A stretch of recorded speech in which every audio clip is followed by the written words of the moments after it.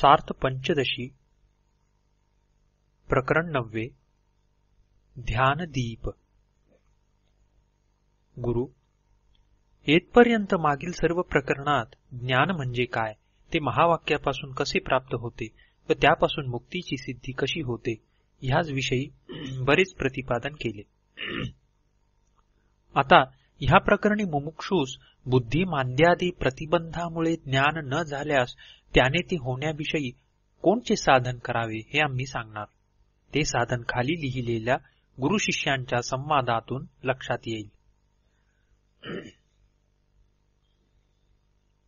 शिष्य, ते कृपा करून सांगाल तर मी फार आभारी होईन। गुरु, ज्याप्रमाणे संवादी भ्रमानेच प्रवृत्त झालेल्या पुरुषास इष्टार्थ लाभ होतो, त्याप्रमाणे तत्वाची उपासना केली असता जीवास ज्ञान होऊन मोक्ष प्राप्ती होते। शिष्य, असे कोठे सांगितले आहे? गुरु, उत्तर तापनीय उपनिषदामध्ये उपासना अनेक प्रकारच्या सांगितल्या आहेत। शिष्य, संवादी भ्रम म्हणजे काय हे मला कृपा करून सांगा। गुरु, त्याचे लक्षण आचार्यांचे वार्तिकात चांगले सांगितले आहे, तेच मी तुला सांगतो। कल्पना कर की एक दीपाची प्रभा आणि एक मण्याची प्रभा अशा दोन प्रभा दूर पडलेल्या पाहून दोन पुरुष ते मणीच आहेत असे समजून घ्यावयास गेले। येथे दोघांचेही मिथ्याज्ञान सारखेच आहे, तथापि मणी असे समजून मण्याकडे धावणाऱ्या पुरुषास मात्र मणी मिळतो व दुसऱ्यास मिळत नाही, म्हणून दोघांच्या फलप्राप्तीमध्ये अंतर पडते। शिष्य, हे आम्हाला स्पष्ट करून सांगा। गुरु, एका मंदिराच्या एका खिडकीत दिवा असून त्याची प्रभा बाहेर पडली आहे, तसेच दुसऱ्या खिडकीत मणी असून त्याचीही प्रभा बाहेर पडली आहे। या दोन्हीही प्रभा दुरून दोघा पुरुषांनी पाहिल्या आणि ते दोन्ही मणीच आहेत असे समजून दोघे दोहोंकडे धावले, तर येथे दोघांसही झालेली जी मण्याची कल्पना ती मिथ्या ज्ञानच आहे, परंतु दीपप्रभेकडे धावणाऱ्या पुरुषास मणी मिळत नाही आणि मणिप्रभेकडे धावणाऱ्याला तो मिळतो, एवढेच काय ते अंतर। येथे दीपप्रभेवर जी मण्याची कल्पना झाली त्यास विसंवादी भ्रम म्हणतात आणि मणिप्रभेवर जी मण्याची कल्पना झाली ती संवादी भ्रम होय। हे प्रत्यक्ष ज्ञानाचे उदाहरण झाले। आता अनुमान आणि आगम या दोन्ही प्रमाणांविषयींची उदाहरणे ऐकू। दूर वाफ उठलेली पाहून तो धूर असे समजून तेथे अग्नी शोधायला गेलेल्या मनुष्यास दैववशात अग्नी मिळाला तर तो संवादी भ्रमच। तसेच गोदावरीचे पाणी गंगोदक असे समजून आपली शुद्धी व्हावी असे समजून त्याच्या संप्रोक्षणाने शुद्धी पावतो आणि सन्निपात ज्वर झालेला मनुष्य भ्रांतीने नारायणाचे स्मरण करून मरण पावला असता स्वर्गास जातो, हाही संवादी भ्रमच आहे। ह्याप्रमाणे प्रत्यक्ष, अनुमान आणि आगम विषयी संवादी भ्रमाची उदाहरणे कोट्यावधी आहेत। हा संवादी भ्रम सर्व उपासनास लागू आहे। एरवी मृतिका, काष्ट, पाषाण ह्या देवता कशा होतील व स्त्रियातिकांची अग्नित्व बुद्धीने उपासना कशी घडेल? ह्या संवादी भ्रमाचे थोडक्यात लक्षण सांगतो। विपरीत ज्ञानापासून काकतालीय ज्ञानाने जी इप्सित फलप्राप्ती होते त्यास संवादी भ्रम असे म्हणतात। शिष्य, हे संवादी भ्रमाचे लक्षण मला समजले, पण हे मोक्ष प्राप्तीस कसे साधन होते?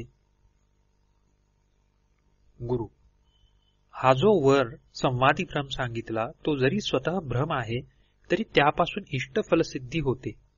ह्याप्रमाणे ब्रह्मतत्वाची उपासना ही मोक्षरूप फल देते।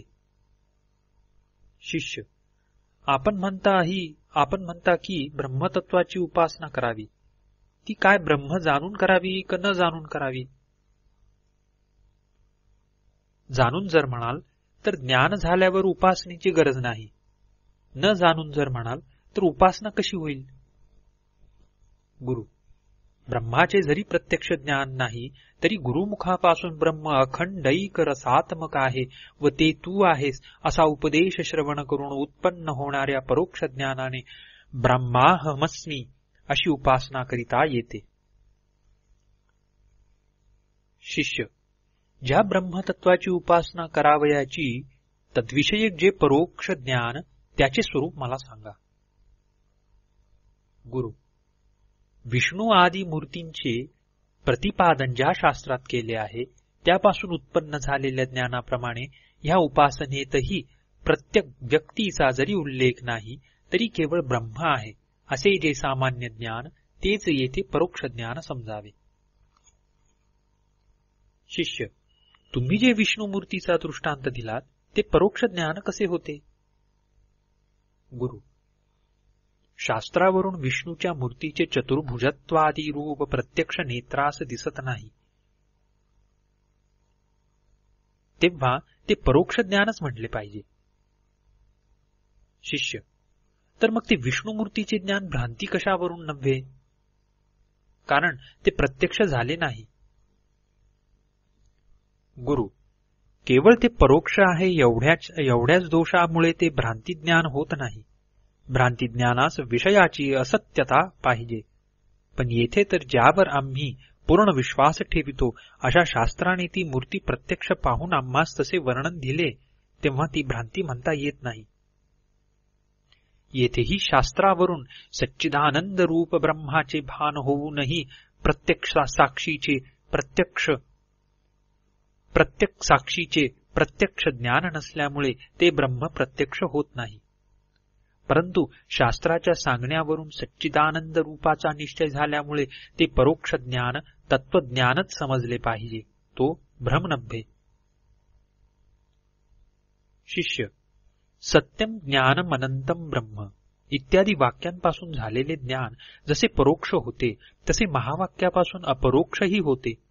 मग तुमची उपासना कशाला पाहिजे? गुरु, जरी शास्त्राचे ठाई महावाक्यांनी ब्रह्माचे प्रत्यक्ष ज्ञान होण्याजोगे वर्णन केले आहे तरी त्याचा अर्थ मूढास समजत नाही. कारण की देहादिकाला मी म्हणणे अशी जी भ्रांती ती सतत असल्यामुळे पुरुषास मी ब्रह्म आहे असे ज्ञान मंद बुद्धीमुळे होत नाही. शिष्य, बुद्धिमांद्यामुळे ज्याला परोक्ष ज्ञान होत नाही त्याला परोक्ष ज्ञान तरी कसे होईल? गुरु, शास्त्रावर जर मनुष्याची श्रद्धा असेल तर तेवढ्यानेच त्यास ब्रह्माचे परोक्ष ज्ञान होते. कारण प्रत्यक्ष देहादिकांचा भ्रम जसा अपरोक्ष ज्ञानाच्या आड येतो तसा परोक्ष ज्ञानाच्या आड येत नाही. प्रतिमेचे ठाई प्रत्यक्ष जी शीला बुद्धी ती परोक्ष ईश बुद्धीस आड येत नाही. विष्णूचे प्रतिमेत विष्णुत्वाविषयी संशय नाही. शिष्य, कित्येकांना त्याविषयी शंका येते. गुरु, ज्यांना श्रद्धा नाही त्यांना संशय येत असेल, परंतु तो आम्ही जमेत धरीत नाही. कारण सर्व वैदिक विषयांमध्ये श्रद्धालू पुरुषच अधिकारी आहेत. आप्ताच्या सकृत उपदेशाने जर परोक्ष ज्ञान होते तर विष्णुमूर्तीच्या शास्त्रोक्त उपदेशापासून परोक्ष ज्ञान का न व्हावे? याविषयी फारसा विचार न लगे. शिष्य, मग शास्त्राने तरी ह्याचा विचार का केला? मग शास्त्राने तरी त्याचा विचार का केला? गुरु, ज्या कर्माचे किंवा उपासनेचे अनुष्ठान करावयाचे ते वेदाच्या अनेक शाखांमध्ये निरनिराळ्या रीतीने सांगितले आहे. त्याची एक वाक्यता शास्त्र विचारा वाचून मनुष्यास होणे कठीण आहे. म्हणून तो विचार आवश्य आहे.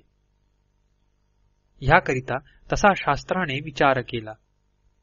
एरवी जो श्रद्धाळू पुरुष आहे त्याला विचाराची गरज नाही.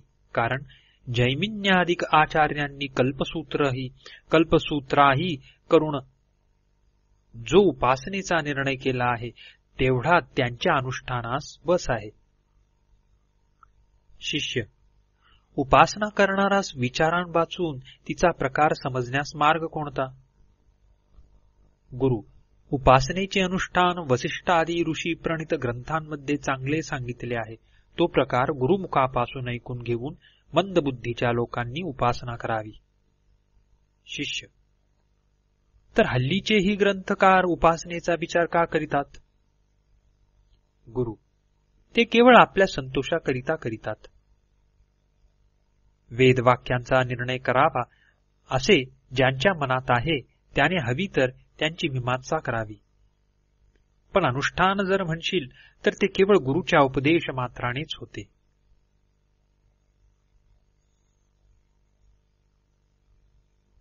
पण ब्रह्मसाक्षात्काराची गोष्ट तशी नाही. तो होण्यास विचार मनुष्यांनी केलाच पाहिजे. केवळ गुरुच्या उपदेश मात्रे करूनच तो होईल असे कधी कोणी समजू नये. याचे कारण असे आहे की परोक्ष ज्ञानाला प्रतिबंध का येतो, अश्रद्धेचा अविचार हा त्याच्या आड मुळीच येत नाही.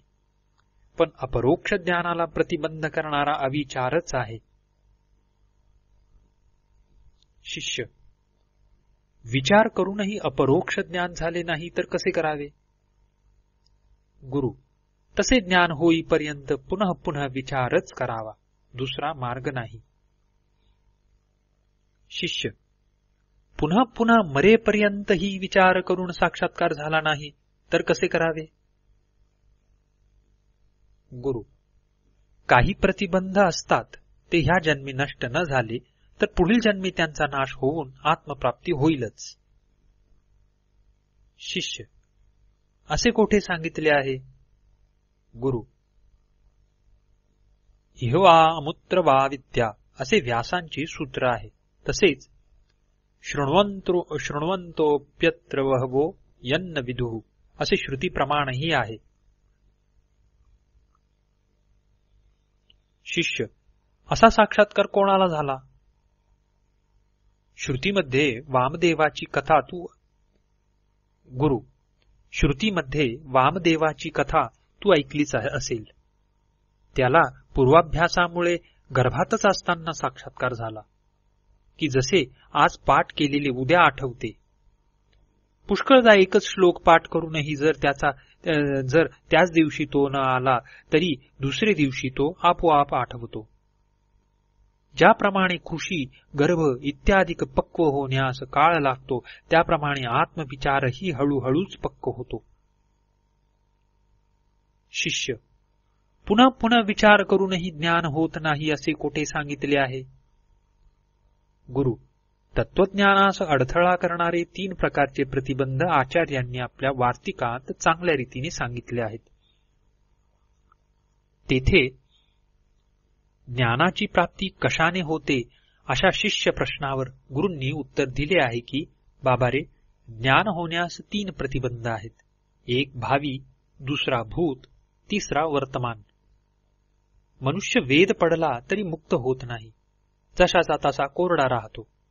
ज्याप्रमाणे धन पुरलेली जागा समजल्यामुळे त्याला तो ठेवा सापडत नाही. भूत प्रतिबंधाचे उदाहरण तेथे असे दिले आहे की कोणी एक मनुष्याची आपल्या म्हैशीवर फार प्रीती होती. पुढे त्याने संन्यास घेतला. वेदांत श्रवणाचे वेळी ती म्हैस वरचेवर त्याचे डोळे पुढे उभी राहत असे. त्यामुळे तत्वविचारास अडथळा येऊन त्याची समजूत चांगली पडेना. म्हणून गुरूंनी त्याच्या त्या म्हैशीवरील प्रीतीलाच अनुसरून त्या म्हैशीमध्ये व्यापून असणारेच तू ब्रह्म आहेस असा उपदेश केल्याने त्यास तो उपदेश चांगला ठसला. ही गोष्ट लोकांत प्रसिद्ध आहे. आता वर्तमान प्रतिबंध, विषयासक्ती, बुद्धिमांद्य, श्रुती विरुद्ध कुतर्क आणि विपरीत भावनेविषयी दुराग्रह ही वर्तमान प्रतिबंधाची उदाहरणे समजावी. शिष्य: ह्या वर्तमान प्रतिबंधाचे निवारणास उपाय कोणते? गुरु: त्यास उपाय दुसरे नाहीत. श्रमदमादिक साधनांचा अभ्यास आणि श्रवण मनन निधिध्यासन ह्यांची योजना यथायोग्य रीतीने केली असता त्या प्रतिबंधाचा क्षय होऊन ब्रह्मप्राप्ती होते. शिष्य: आता भावी प्रतिबंधाचे एक उदाहरण द्यावे. गुरु: वामदेव आणि भरत यांची कथा तू ऐकलीच असशील. पहिल्याला साक्षात्कार होण्यास 1 जन्म घ्यावा लागला आणि दुसऱ्यास 3 जन्म घ्यावे लागले. यांचे कारण असे की हा भावी प्रतिबंध जन्मांतर दिल्या वाचून राहत नाही, कारण तो प्रारब्ध शेष आहे. त्या अर्थी ते भोगलेच पाहिजे. शिष्य: असे आणखी कोणत्या तरी प्रसिद्ध ग्रंथात सांगितले आहे काय? गुरु, असे गीतेतच सांगितले आहे. गीतेत योगभ्रष्टास मुक्त होण्यास पुढील जन्म घ्यावे लागतात असे जे सांगितले तो भावी प्रतिबंधच.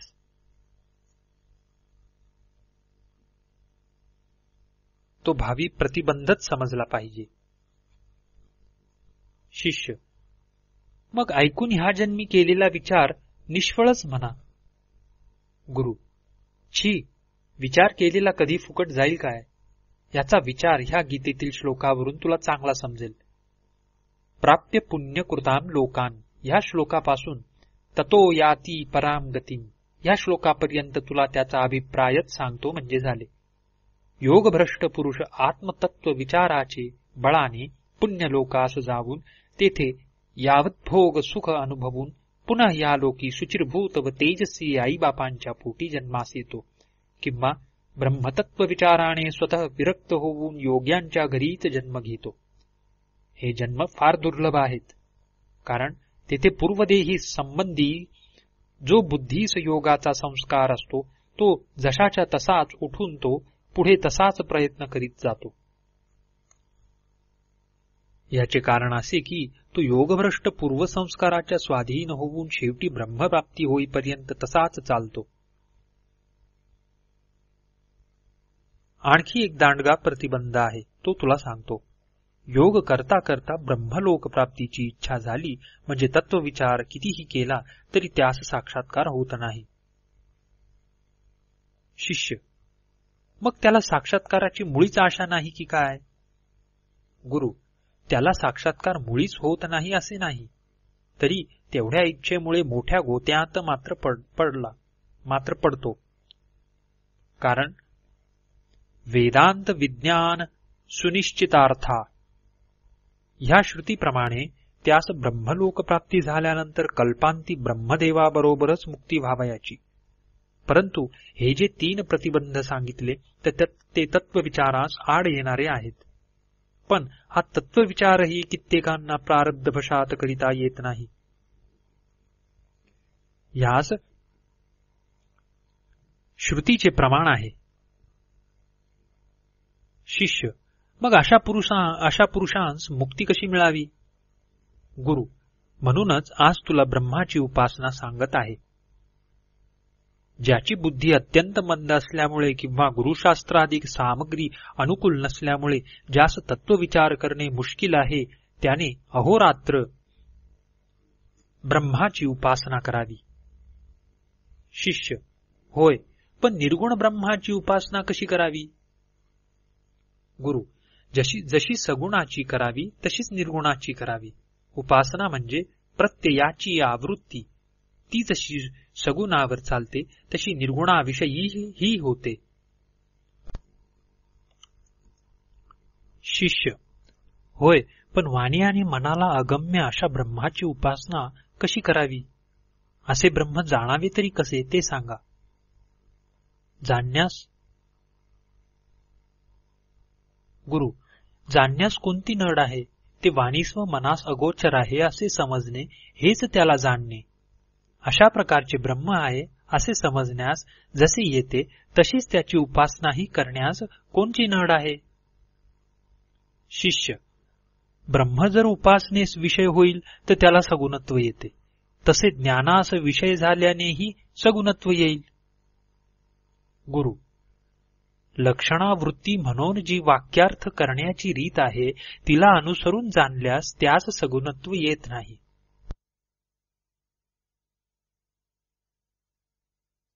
मग तशा लक्षणाने लक्षित जे ब्रह्म त्याची उपासना केली असताही सगुणत्व येत नाही. शिष्य, तर मग तदेवं ब्रह्म त्वं विद्वीनेदं यदीदं उपासते ह्या श्रुतीने उपासनेचा निषेध का केला? गुरु, अरे, उपासनेचा जसा श्रुतीने निषेध केला आहे तसा ज्ञानाचाही निषेध श्रुतीने केला आहे.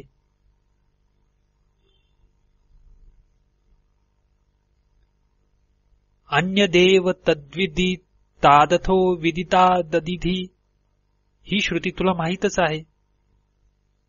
शिष्य, त्या श्रुतीत जाणलेलेही नव्हे आणि न जाणलेलेही नव्हे असे ब्रह्म सांगितले, तसेच ते जाणले म्हणजे झाले. गुरु: मग उपासनाही तशीच करावी. शिष्य: ब्रह्माची वेद्यता काही खरी नव्हे.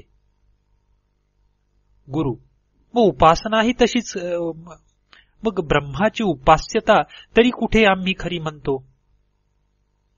शिष्य: ज्ञान होण्यास वृत्तीची व्याप्ती लागते.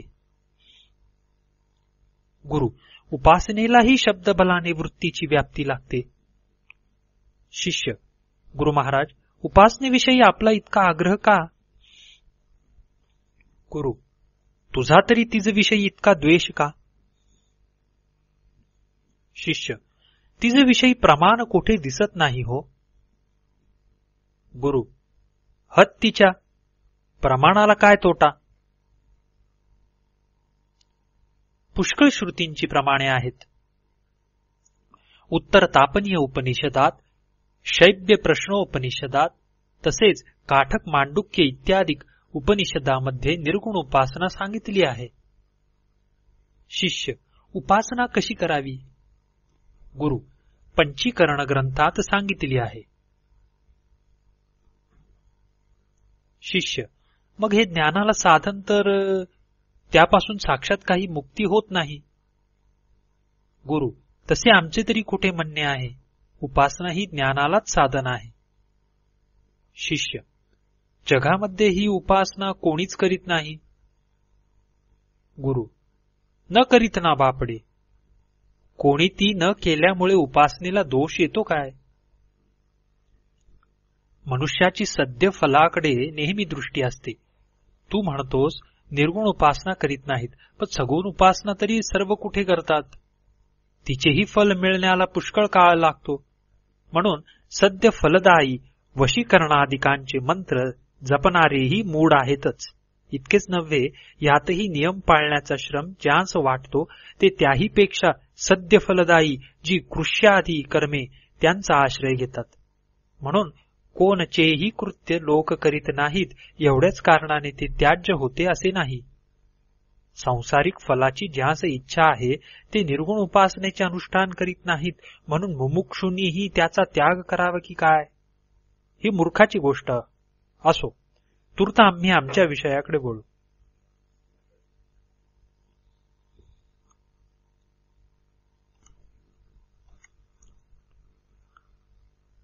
वेदांच्या सर्व शाखांमध्ये विधेय आणि निषेध्य असे जे ब्रह्मावर आरोपित गुण, त्या सर्वांचा एकत्र उपसंहार करून येथे निर्गुण उपासना सांगतो. ते गुण व्यासांनी आपल्या सूत्रात संग्रह केले आहेत.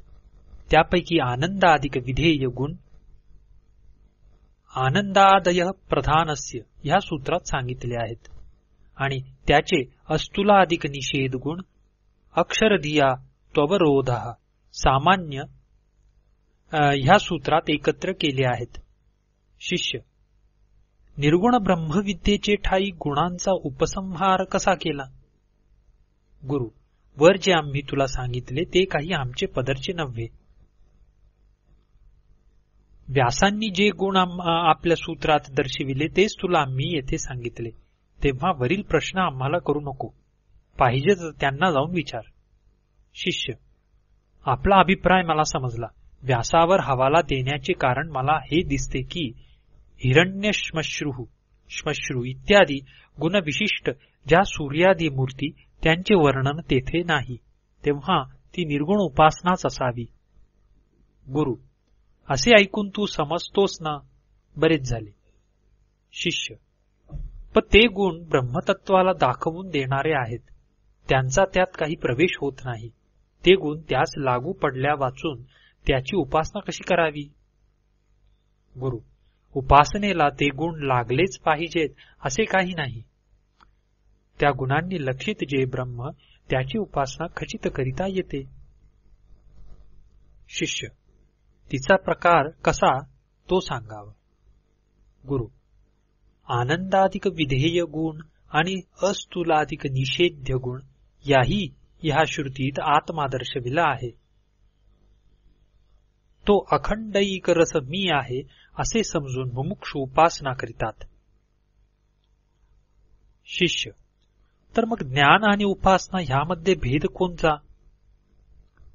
गुरु: ज्ञान हे वस्तुतंत्र आहे आणि उपासना ही कर्तुतंत्र आहे. म्हणजे जशाची तशी स्थिती जाणणे ह्यास ज्ञान म्हणतात आणि उपासना ही ती करणाऱ्याच्या भावनेवर अवलंबून आहे. ज्ञान हे विचारापासून होते आणि एक ह्याची अशी मौज आहे की ते एकदा झाल्यावर ते जावे असे जरी मनुष्याच्या मनात आले तरी ते जात नाही. ते उत्पन्न होताच संसाराविषयीची सत्यबुद्धी तत्काल नाहीशी होते. एवढ्या तत्वज्ञानाने मनुष्य कृतकृत्य होऊन निरंतर तृप्त असतो. मग जीवन मुक्त होऊन प्रारब्ध क्षयाची वाट पाहत बसतो. शिष्य: हा ज्ञानाचा प्रकार झाला. ज्ञानास जसा विचार पाहिजे तसा उपासनेलाही नको काय? गुरु: उपासनेस त्याची गरज नाही. गुरुपदेशावर श्रद्धालू मुमुक्षुने घटपटादिक वृत्तीचे विघ्न मध्ये न येऊ देता एकसारखे विचार न करिता ब्रह्मचिंतन करावे. शिष्य: असे ब्रह्मचिंतन किती दिवसपर्यंत करावे? गुरु: देहाविषयीची अहंबुद्धी जाऊन चिंतनीय ब्रह्माविषयी अहंबुद्धी उत्पन्न होईपर्यंत तसेच चिंतन केले पाहिजे आणि ती स्थिती मरणकालपर्यंत तशीच राखावी. याच्या उदाहरणार्थ छांदोग्य श्रुतीत एक कथा आहे. कोणी एक ब्रह्मचारी संवर्ग विद्या ह्या नावाची प्राणोपासना करीत होता. त्याने भिक्षेकरिता राजाकडे जाऊन भिक्षेच्या वेळेस महात्मनाश्चतुरो देव एकः हा मंत्र म्हणून आपल्या चित्तातील संवर्ग रूप प्रगट केले. शिष्य: आपण म्हटले की तत्वज्ञान झाल्यावर ते जावे असे कोणी इच्छिले तरी ते जात नाही. हा नियम उपासनेस लागू आहे की नाही? गुरु: तो उपासनेस लागू नाही. म्हणूनच ती कर्तुतंत्र असे आम्ही म्हटले. कारण मनुष्याच्या इच्छेने उपासना करणे, न करणे किंवा अन्यथा करणे शक्य आहे. म्हणून तो प्रत्यय नेहमी तसाच ठसवावा. ज्याप्रमाणे वेदाचे अध्ययन करणारा किंवा जप करणारा सदा सर्वदा त्यातच गढून जाऊन स्वप्नात सुद्धा आपला अभ्यास करीतो, त्याप्रमाणे ब्रह्मोपासकानेही त्यातच सदा सर्वदा असावे. शिष्य: स्वप्नात देखील ती भावना कशी होते? गुरु: दुसऱ्या विरोधी विषयाचे चिंतन मध्ये न आणता एकसारखी त्याचीच भावना केली म्हणजे ती भावना स्वप्नात देखील राहते. ह्याचा अनुभव सर्वत्रांना आहे. शिष्य: निरंतर भावनेस प्रारब्ध आड येत नाही काय? गुरु: ज्या मनुष्यास मोक्षाची आस्था अत्यंत आहे त्यास प्रारब्धाचा भोग न सुटताही ब्रह्मचिंतन करणे शक्य आहे. ह्यात संशय नाही.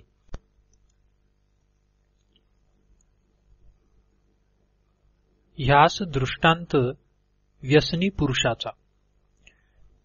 ज्या व्यभिचारिणीचे चित्त परपुरुषावर जडले, ती घरचा कामधंदा करीत असूनही ते परसंग रसायन आतून एकसारखी चाकीत असते. शिष्य: मग तिचे घरचे काम कसे होते? गुरु: त्या आस्वादनात घरचे काम काही राहत नाही, पण सरासरी चालते. आता कुलीन स्त्री जशी घरच्या कामात दक्ष ठेवून काम करते तसे मात्र तिला करिता यावयाचे नाही. त्याप्रमाणे ध्यानैक निष्ठ पुरुषाचा संसार सरासरी ठेवीने चालतो, पण तत्ववेत्याची गोष्ट तशी नाही. व्यवहारास आणि ज्ञानास विरोध मुळीच नसल्यामुळे त्याचा व्यवहार यथास्थित चालतो. कारण सर्व प्रपंच मायामय आहे आणि चैतन्यरूपी आत्मा खरा आहे असा बोध झाल्यावर त्याला व्यवहाराचा अडथळा मुळीच नाही. शिष्य: ज्ञान्यास हा प्रसंग अगदी खोटा आहे असा निश्चय झाल्यावर व्यवहार कसा घडावा? गुरु: व्यवहार करण्याला त्याची जी मुख्य साधने आहेत ती असली म्हणजे झाली. त्याला म्हणजे प्रपंच खरा आहे, आत्मा जड आहे ही भ्रांतीच असली पाहिजे असे नाही. शिष्य: ती मुख्य साधने कोणती? गुरु: मन, वाणी, शरीर आणि दुसरे बाह्य विषय हीच व्यवहाराची मुख्य साधने. ती म्हणजे ज्ञान होताच तत्वज्ञ पुरुषांची नाहीशी होतात असे काही नाही. मग व्यवहाराला हरकत कोणची? शिष्य: तत्ववेत्याला मनाला निरोध करावा लागतो, मग त्याचा व्यवहार कसा चालावा? गुरु: ही तुझी गैरसमजूत आहे. तसा जो निरोध करणारा आहे तो तत्ववेत्ताच नव्हे, तो ध्याता असे म्हटले पाहिजे.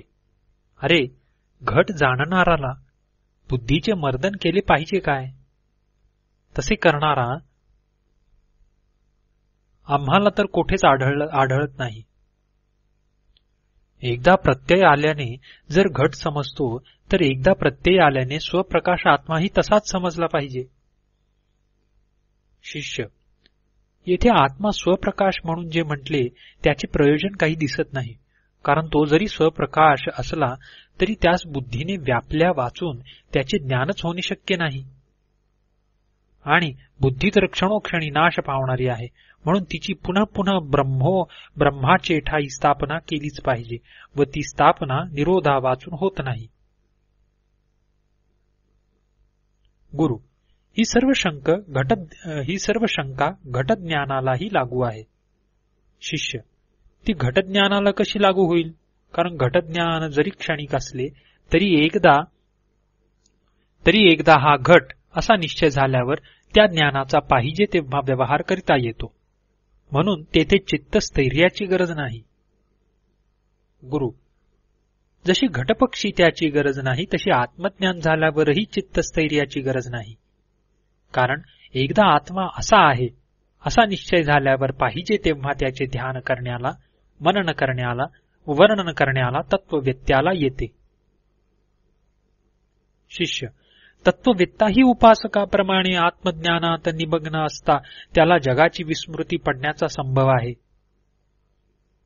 गुरु: विस्मृती पडे ना बापडी, पडली तरी ती ध्यानापासून पडते, ज्ञानापासून पडत नाही, इतकेच आमचे म्हणणे आहे. शिष्य: एकूण तर तत्ववेत्यालाही ब्रह्मध्यान करावे लागते.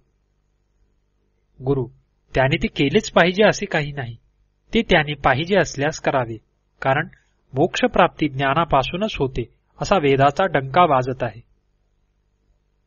शिष्य: तत्ववेत्ता जर ब्रह्मध्यान सोडील तर त्याची प्रवृत्ती बाहेर प्रपंचाकडे होईल. तत्ववेत्ता जर ब्रह्मध्यान सोडील तर त्याची प्रवृत्ती बाहेर प्रपंचाकडे होईल. गुरु: होईना बापडी, तशा प्रवृत्तीने तत्ववेत्यांचे काय जाते? शिष्य: तशी प्रवृत्ती झाल्यास अतिप्रसंगाची ज्ञानियास भीती आहे. गुरु: अरे, त्याला प्रसंग असेल तर अतिप्रसंग. प्रथम तू प्रसंग म्हणजे काय हे मला सांग. शिष्य: शास्त्राप्रमाणे वागणे. गुरु: ते तत्ववेत्याला मुळीच लागू नाही. कारण ज्याला मी अमुक वर्णातला, मी अमुक आश्रमी, मी तरुण, मी वृद्ध असा अभिमान, त्यालाच काय तो विधिनिषेध. पण तत्ववेत्याचा तर असा निश्चय असतो की हे वर्णाश्रमाधिक देहाचे ठाई मायेने कल्पित केले आहेत, त्याचा संपर्क बोधरूप आत्म्याला मुळीच लागत नाही. तो समाधी करो किंवा त्याच्या हृदयातील सर्व आस्तांचा नाश झाल्यामुळे त्याला कशाची गरज नाही. तो कर्म करो किंवा संन्यास घेवो, तो समाधी करो किंवा जप करो, त्याच्या मनातील सर्व वासना समूळ नष्ट झाल्यामुळे तो कसाही राहिला तरी चालते. खरेच आहे की आत्मा असंग आहे आणि त्या वाचून बाकी सर्व माईक इंद्रजाल आहे. असा ज्या धन्य पुरुषाचा निश्चय झाला त्याच्या मनात वासनेचा अंकुर कसा राहील? म्हणून ज्याला प्रसंगच नाही त्याला अतिप्रसंग तरी कोठून असणार? जेथे प्रसंग आहे तेथेच अतिप्रसंगाची शंका. लहान मुलाला कोणत्याही कर्माचा विधी निषेध नसल्यामुळे अतिप्रसंगाचा दोष लागत नाही. शिष्य: बाळ अगदी अज्ञ असतो म्हणून त्याला तो दोष लागत नाही. गुरु: तत्ववेत्ता सर्वज्ञ असतो म्हणून त्यालाही तो दोष लागत नाही. शिष्य: मग विधी निषेध कोणी बाळगावेत? गुरु, अल्पज्ञ लोकांनी ते अज्ञानालाही नाहीत. अल्पज्ञ लोकांनी ते अज्ञानालाही नाहीत व सर्वज्ञालाही नाहीत. शिष्य, आम्ही असे ऐकतो की शापानुग्रह सामर्थ्य असणे हे तत्ववेत्याचे मुख्य लक्षण आहे. ते ज्याला नाही तो ज्ञानीच नव्हे. गुरु, तसे समजणे ती अगदी चूक आहे. ते सामर्थ्य ज्ञानाचे फळ नव्हे तर केवळ तपाचे फळ आहे. शिष्य, व्यासाधिक जे ज्ञानी होऊन गेले त्यांचे अंगी ते सामर्थ्य दिसत होते. गुरु, त्याचे कारण असे की ते ज्ञानी असून तपस्वीही होते म्हणून त्यांच्या अंगी ते सामर्थ्य होते. पण ते काही ज्ञानाचे फळ नव्हे. ज्ञान होण्यालाही एक प्रकारचे तपच पाहिजे. पण शापादी सामर्थ्यास कारणीभूत तपापासून ते ज्ञानजनक तप निराळे आहे. त्यापासून ज्ञानच होते. ती दोन्ही तपे ज्याने केली असतील त्याला ज्ञान आणि सामर्थ्य ही दोन्ही फळे मिळतात आणि एकच करणाराला एकच फळ मिळते. शिष्य, विधिनिषेध रहित अशा तत्ववेत्याच्या अंगी शापादी सामर्थ्य जर नसेल तर त्याची विधिपूर्वक कर्मानुष्ठान करणारे पुरुष निंदा करीतात. गुरु, करीनात का बापडे असे निंदा करणारे पुरुष तरी निंदेतून कुठे सुटले आहेत. त्यांचीही निंदा करण्यास विषय लंपट पुरुष तयार आहेतच. शिष्य, यतींनी भोगतुष्टीकरिता भिक्षा मागितली व वस्त्रादिकांचे संरक्षण केले म्हणून दोष काय? गुरु, मग त्यांची यतित्व काय विचारावे? त्यांचे वैराग्य किती म्हणून वर्णावे? शिष्य, विषय लंपटांनी केलेल्या निंदेने वर्णाश्रम पाळणाऱ्या पुरुषाची मुळीच हानी नाही. गुरु, मग देहाला मी म्हणणाऱ्या कर्मठ पुरुषाने ज्ञानाची निंदा केली असता त्याचा तरी काय तोटा आहे? शिष्य, मग तर तुमचे म्हणणे काय ते तरी सांगा. गुरु, आमचे म्हणणे इतकेच की तत्वज्ञान झाल्याने व्यवहाराची देहेंद्रियादिक साधने ज्या अर्थी नष्ट होत नाहीत त्या अर्थी राज्याधिक व्यवहार करण्यास त्याला कोणची नड आहे असे काही नाही. शिष्य, तत्ववेत्याला सर्व प्रपंच मिथ्या आहे असा निश्चय झाल्यामुळे त्याविषयी त्याची इच्छा कशी राहील? गुरु, राहते असे आमचे तरी कोठे म्हणणे आहे. तो काही वेळ ध्यानात व काही वेळ व्यवहारात अशा रीतीने प्रारब्धानुसार कालक्षेप करीतो. शिष्य, तर तत्ववेत्ता आणि उपासक ह्यामध्ये भेद काय? गुरु, भेद इतकाच की तत्ववेत्याला जसे पाहिजे तसे राहता येते तसे उपासकास राहता येत नाही. ज्या अर्थी विष्णू आदी दैवतांप्रमाणे त्याचा ब्रह्मपणा ध्यानानेच केला आहे त्या अर्थी त्याने सदा सर्वदा ध्यानातच असले पाहिजे. शिष्य, मग त्या ध्यानाने झालेल्या ब्रह्मतेला हानी कोणची? गुरु, ध्यान जोपर्यंत आहे तोपर्यंत काही त्याला हानी नाही. ध्यान नष्ट झाले की ती नष्ट झाली, कारण ती ध्यानाचीच बनलेली आहे. शिष्य, ध्यान गेले असता जशी ब्रह्मता नाहीशी होते तशी ज्ञान गेल्यानेही ती नाहीशी होईल. गुरु, तसे कधीही होणार नाही, कारण ज्ञानाची ब्रह्मता ज्ञानाने नवीन झाली असे नाही. ती मूळचीच सिद्ध आहे. केवळ ती ज्ञानाने प्रकाशित मात्र केली, म्हणून प्रकाशित करणारे ज्ञान जरी नष्ट झाले तरी ती जशाची तशीच असते. ह्याकरिता ब्रह्मास दाखविणारे जे ज्ञान ते त्यास नवीन बनवित नाही, म्हणून ते गेल्याने सत्य ब्रह्मस्वरूप नष्ट होत नाही हे उघड आहे. शिष्य, ज्ञानाप्रमाणे उपासकाचीही ब्रह्मता खरीच आहे. गुरु, त्या दृष्टीने पाहिले असता अज्ञानी मनुष्यांची व पशुपक्षादिकांचीही ब्रह्मता खरी आहे. शिष्य, पण त्यांच्या अज्ञानामुळे ती असून नसल्यासारखी आहे, मग त्यात पुरुषार्थ कोणता? गुरु, ही गोष्ट उपासकासही लागू आहे, कारण त्यालाही ज्ञान नसते. शिष्य, मग उपासना कशात सांगता? गुरु, आम्ही जी उपासना सांगतो ती केवळ उपवासात वरम भिक्षा ह्या न्यायाने सांगतो. उपाशी मरण्यापेक्षा जशी भिक्षा बरी, तसे इतर अनुष्ठानापेक्षा ध्यान बरे. एकापेक्षा एक श्रेष्ठ आहेच आहे. अडाण्याच्या व्यवहारापेक्षा कर्मानुष्ठान बरे, त्याहीपेक्षा सगुणोपासना बरी, त्याहीपेक्षा निर्गुणोपासना श्रेष्ठ. याप्रमाणे ब्रह्मसाक्षात्कारापर्यंत एकावर एक अशा या पायऱ्या आहेत. तुझी निर्गुणोपासना चांगली दृढ झाली म्हणजे त्यापासून ब्रह्मज्ञान होते. ज्याप्रमाणे संवादी भ्रमापासून फलकाल आला असता फलप्राप्ती होते, त्याप्रमाणे निर्गुण उपासना पक्व होऊन मोक्षप्राप्तीची वेळ आली म्हणजे ब्रह्मसाक्षात्कार होतो. शिष्य, संवादी भ्रमाने प्रवृत्त झालेल्या पुरुषाला इंद्रियार्थ सान्निक वर्षापासून पुढे ज्ञान होते, पण तो भ्रमच ज्ञान होऊ शकत नाही. गुरु, उपासनेची ही गोष्ट तशीच आहे.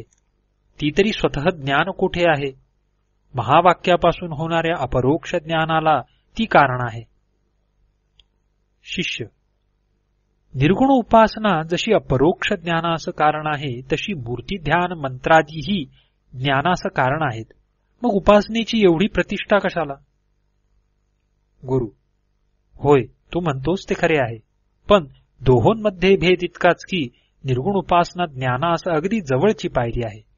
बाकीची मंत्र आदी साधने दूरच्या पायऱ्या आहेत. शिष्य, जवळची पायरी म्हटले त्याचा अर्थ काय? गुरु, त्याचा अर्थ हाच की निर्गुण उपासना पक्व झाली म्हणजे हळूहळू सविकल्प समाधी साधते. तो पक्व झाला म्हणजे अनायासाने निर्विकल्प समाधी होते. तो झाल्यानंतर असंग जी आत्मवस्तू तीच तो पुरुष होतो. ही भूमी पुन्हा चांगली दृढ झाल्यावर त्यास महावाक्यापासून तत्वज्ञान होते. तसे झाल्यानंतर मी निर्विकारी, असंग, नित्य स्वप्रकाश आणि परिपूर्ण आहे अशी जी शास्त्रोक्त ब्रह्माची लक्षणे ती त्याच्या बुद्धीत लवकर ठसतात. याकरिताच अमृत बिंदवादी उपनिषदात योगाभ्यास सांगितला आहे. याप्रमाणे निर्विकल्प समाधी रूप इष्टफल प्राप्तीच्या संबंधानेही इतर साधनांपेक्षा निर्गुण उपासना श्रेष्ठ आहे. एवढे निर्गुण उपासनेचे फल असून तिची उपेक्षा करून जे तीर्थयात्रा जपादिक कर्मे करितात त्यांना पिंडम जमृत्सृज्य करमलेढी अर्थात हातातील लाडू टाकून हात चाटीत बसणे ही म्हण लागू पडते. शिष्य, विचार सोडून जे लोक उपासना करितात त्यास देखील ही म्हण लागू पडत नाही काय? गुरु, नाही कोण म्हणतो, त्यासही ती तशीच लागू पडते. जशी तीर्थयात्रेपेक्षा उपासना श्रेष्ठ तसा उपासनेपेक्षा विचार श्रेष्ठ. परंतु आम्ही जो योग अर्थात उपासना सांगितला तो विचारक्षम पुरुषास नव्हे. ज्यास विचार नाही त्यास तो सांगितला. शिष्य, कित्येकांस विचार का होत नाही? गुरु, ज्यांचे चित्त काम क्रोधादिकांनी गांजले गेले आहे त्यास विचार करण्याचे सामर्थ्य नसल्यामुळे तत्वज्ञान होत नाही. म्हणून त्यास योगच मुख्य आहे. तेणेकरून बुद्धी जाड्य नाहीसे होते आणि ज्याच्या चित्तात कामक्रोधाधिक नसल्यामुळे आयते वैराग्य असून केवळ आत्म्याविषयी अज्ञान मात्र आहे त्यांना सांख्य नामक विचार मुख्य सांगितला. त्यापासूनच त्यांना लवकर मुक्ती मिळते. ह्यास गीतावाक्य प्रमाण यत् सांख्यैहि प्राप्यते स्थानम या श्लोकाचा अभिप्राय असा आहे की जे फल सांख्यापासून मिळते तेच योगापासून मिळते. ते दोन्हीही फलत्वे करून एकच आहेत असे ज्याला समजते त्यासच शास्त्र सिद्धांत समजला. श्रुतीचेही तसेच प्रमाण आहे. तत्कारणम सांख्य योगाधिगम्यम ह्या श्रुतीचा अर्थ ते जगत्कारण ब्रह्म सांख्य किंवा योगापासून समजते. शिष्य, योग आणि सांख्य हे दोनही मुक्तीस जर साधन आहे तर त्या शास्त्रात सांगितलेले सर्वच प्रमाण म्हणून समजले पाहिजे. गुरु: तसे नव्हे. त्यात श्रुती विरुद्ध जे विचार ते आभास म्हणून गाळावे. शिष्य: उपासना करणाऱ्याला ज्ञान न होता मरण आले तर मोक्ष सिद्धी कशी होते? गुरु: ज्याची उपासना ह्या जन्मी पक्व झाली नाही त्याला अंतकाली किंवा ब्रह्मलोकी तत्वज्ञान होऊन मुक्ती मिळते. मरणकाळी जी मुक्ती होते त्यास प्रमाण जो जो भाव स्मरून प्राणी देह सोडितो तो भाव त्याला प्राप्त होतो असे गीतेत सांगितले आहे. यच्चित्तस्तेन याती असेही शास्त्र आहे. शिष्य: तुम्ही म्हणता की निर्गुण उपासना पक्व झाली तर त्यास मरणकाळी मुक्ती होते, पण त्याविषयी जी प्रमाणे दिली त्यापासून पुनर्जन्म होतो असे सिद्ध होते, तर ह्या विरोधाचा परिहार कसा? गुरु: ते खरे आहे, पण सगुणोपासनेने अंतकाली जसा सगुण साक्षात्कार होतो तसा निर्गुणोपासनेनेही निर्गुण साक्षात्कार झालाच पाहिजे. शिष्य: तर त्याला निर्गुण रूपाची प्राप्ती होईल, मुक्ती कशी मिळेल? गुरु: अरे, निर्गुण रूपाची प्राप्ती आणि मुक्ती यात नाममात्रांचा भेद आहे, परंतु दोन्हीचा अर्थ एकच आहे. मुक्ती म्हणजे स्वरूपावस्थिती, ती येथे प्राप्त होतेच. ज्याप्रमाणे संवादी भ्रमाला भ्रम हे नाममात्र आहे. शिष्य: निर्गुण उपासना ही मानसिक क्रिया आहे, तेव्हा ती मुक्तीला साधन कशी होईल? गुरु: ती जरी साक्षात साधन होत नाही तरी मूळ अविद्येस भस्म करून टाकणारे ज्ञान तिजपासून उत्पन्न होते. ह्यास दुसरा दृष्टांत नको. सगुण उपासनेने जशी तारक ब्रह्मबुद्धी होते तसेच निर्गुण उपासनेने ब्रह्मज्ञान होते. शिष्य: ह्यास प्रमाण काय? गुरु: स्वकामो निष्काम इति इत्यादी श्रुतीने तापनीय उपनिषदात उपासनेचे मोक्षरूप फळ सांगितले आहे. शिष्य: उपासनेपासून मोक्षप्राप्ती होते असे आपण म्हणता त्यास नान्य पंथा ह्या श्रुतीचा विरोध येतो. गुरु: तसा विरोध येत नाही, कारण उपासनेपासून साक्षात मुक्ती होते असे आमचे म्हणणे मुळीच नाही. तिचे सामर्थ्याने ज्ञान होऊन ज्ञानापासून मुक्ती होते, मग विरोध कसा? निष्काम उपासनेपासून मोक्षप्राप्ती होते असे तापनीय उपनिषदात सांगितले आहे आणि सकामाला ब्रह्मलोक असे शैव प्रश्नात सांगितले आहे. शैव्य प्रश्नात असे सांगितले आहे की जो ओंकाराची उपासना करतो तो ब्रह्मलोकास जातो, तो समष्टीरूप उपाधीपासून मुक्त होऊन परमपुरुषाप्रत पावतो, म्हणजे ब्रह्म होतो. बादरायणाच्या एका सूत्रात ऋतुन्याय लाविला आहे. त्याचा अभिप्राय कामानुसारे करून फलप्राप्ती होते असे ठरते. शिष्य: मग त्यांना मुक्ती कशी? गुरु: त्या निर्गुण उपासनेच्या सामर्थ्याने तत्वज्ञान होते, पुन्हा संसारात येत नाही, कल्पांती तो मुक्त होतो. वेदामध्ये ज्या प्रणव उपासना सांगितल्या आहेत त्या बहुतेक निर्गुण आहेत. कच्चित स्थली सगुण सांगितली आहे. पिप्पलादी मुनीने प्रश्न करणाऱ्या शिष्याला पर आणि अपर म्हणजे निर्गुण आणि सगुण असे दोन प्रकारचे ब्रह्मरूप ओंकार वर्णिले आहेत. ऐतदालंबनम ह्या वाक्याने जो जो इच्छेल ते त्यास मिळते असे यमाने नचिकेताला सांगितले आहे. ह्याकरिता उत्तम प्रकारे निर्गुण उपासना करणाराला ह्या जन्मी किंवा देहांतकाली किंवा ब्रह्मलोकी ब्रह्म साक्षात्कार होतो.